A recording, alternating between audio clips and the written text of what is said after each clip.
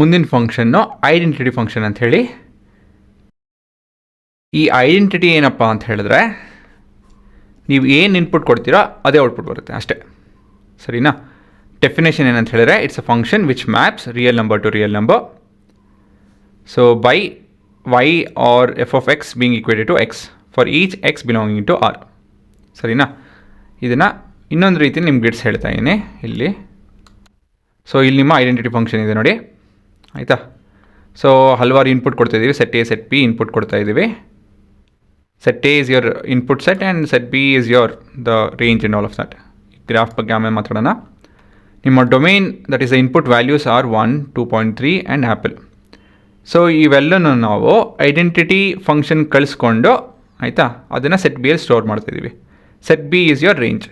The range the output values that is again 1, 2.34 ಮತ್ತು apple. ಏನಾಗ್ತಾಯಿದೆ ಇಲ್ಲಿ? ಹೌದು, ಏನೂ ಆಗ್ತಾಯಿಲ್ಲ ಅಂತ ಹೇಳಿದ್ರೆ ಕಳಿಸಿರೋದನ್ನ ಅದೇ ಹಾಗೆ ವಾಪಸ್ ಬರ್ತಾಯಿದೆ. ಸೊ ಇಲ್ಲಿ ನೋಡ್ಬೋದು ನೀವು ಫಂಕ್ಷನ್ನ, ರೈಟ್, ಐಡೆಂಟಿಟಿ ಫಂಕ್ಷನ್ ತಾನೇ ಇದು.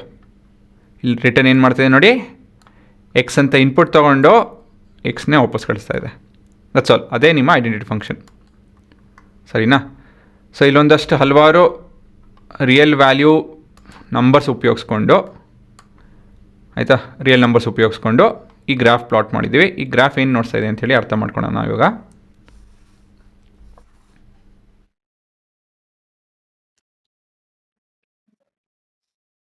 ನೋಡಿ ಇಲ್ಲಿ ಏನು ಕಾಣ್ತಾ ಇದೆ ಇಲ್ಲಿ ನಿಮ್ಮ ಇನ್ಪುಟ್ಟು 2.5 ಇತ್ತು ಅಂತ ಹೇಳಿದ್ರೆ ಔಟ್ಪುಟ್ ಏನಿದೆ ನೋಡಿ 2.5ನೇ.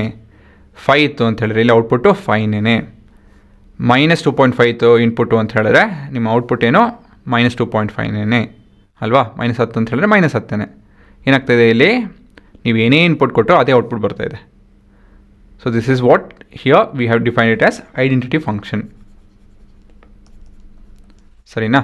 ಇಲ್ಲಿ ಡೊಮೈನ್ ಮತ್ತು ರೇಂಜ್ ಏನೋ, ಡೊಮೈನ್ ಮತ್ತು ರೇಂಜ್ ಎರಡೂ ಕೂಡ ಇಟ್ಸ್ ರಿಯಲ್ ನಂಬರ್, ಸರಿನಾ. So what is the basic idea? It just returns data as it is. This function does nothing to the input. ನಿಮ್ಗೆ ಹೇಳ್ಬೋದು ಸರ್ ಮತ್ತು ಏನಕ್ಕೆ ಉಪಯೋಗ ಅಂಥೇಳಿ, ಅದನ್ನು ಸ್ವಲ್ಪ ಲಿಸ್ಟ್ ಮಾಡಿದ್ದೀನಿ. ಇದು ಕ್ಯೂರಿಯಸ್ ಇರೋರು ಬರ್ಕೊಬೋದು, ಬಟ್ ಕೇಳಿಸ್ಕೊಂಬಿಡಿ. Often use as a building block for more complex function. ಏನಂತ ಹೇಳಿದ್ರೆ ಒಂದು ಪ್ರಾಜೆಕ್ಟ್ ಇದೆ ಅಂತ ತಿಳ್ಕೊಳ್ಳಿ.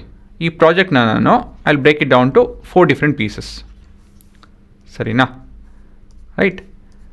ಈ ಅದಾಯಿತು ಡಿಫ್ರೆಂಟ್ ಪೀಸ್ ನೀವು ಡಿವೈಡ್ ಮಾಡ್ತು ಅಂದಮೇಲೆ ಒಂದು ಕೋಡಿಂಗ್ ಪ್ರಾಜೆಕ್ಟು, ಅದು ಕಾಂಪ್ಲೆಕ್ಸಿಟಿ ನಾನು ನಿಧಾನಕ್ಕೆ ವರ್ಕ್ ಮಾಡೋಕ್ಕೆ ಶುರು ಮಾಡ್ತೀನಿ, ಆಯಿತಾ.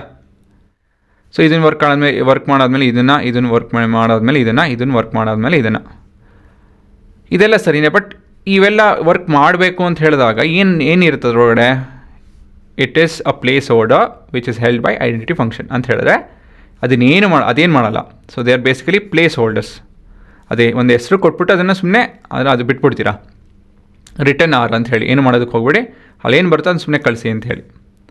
ಸೊ ಒಂಥರ ನಿಮ್ಮ ಕಾಂಪ್ಲೆಕ್ಸಿಟಿ, ಒಂದು ಕಾಂಪ್ಲೆಕ್ಸ್ ನೇಚರ್ ಆಫ್ ಪ್ರಾಜೆಕ್ಟ್ ಮಾಡಿದಾಗ ಈ ಥರದ್ದೆಲ್ಲ ಐಡಿಯಾಸ್ ಮತ್ತು ಇನ್ಪುಟ್ಸ್ ನೀವು ತೊಗೊಬೇಕಾಗುತ್ತೆ, ಸರಿನಾ. ಈ ಥರ ಪ್ಲೇಸ್ ಹೋಲ್ಡರ್ಸ್ ಅದು ಇಂಥದ್ದೇನೋ ಮಾಡಬೇಕಾಗುತ್ತೆ. ಸೊ ಅದರಲ್ಲೆಲ್ಲ ನೀವು ಐಡೆಂಟಿಟಿ ಫಂಕ್ಷನ್ನೇ ಉಪಯೋಗಿಸೋದು. So machine learning is again nothing but a programming language ಅಲ್ವಾ. ಲ್ಯಾಂಗ್ವೇಜ್ ಅಲ್ಲ, but using a programming language you implement this idea of machine learning. ಈ ಮೆಷಿನ್ ಲರ್ನಿಂಗಲ್ಲೂ ಕೂಡ you use something called as neural network layer ಅಂತ ಹೇಳಿ.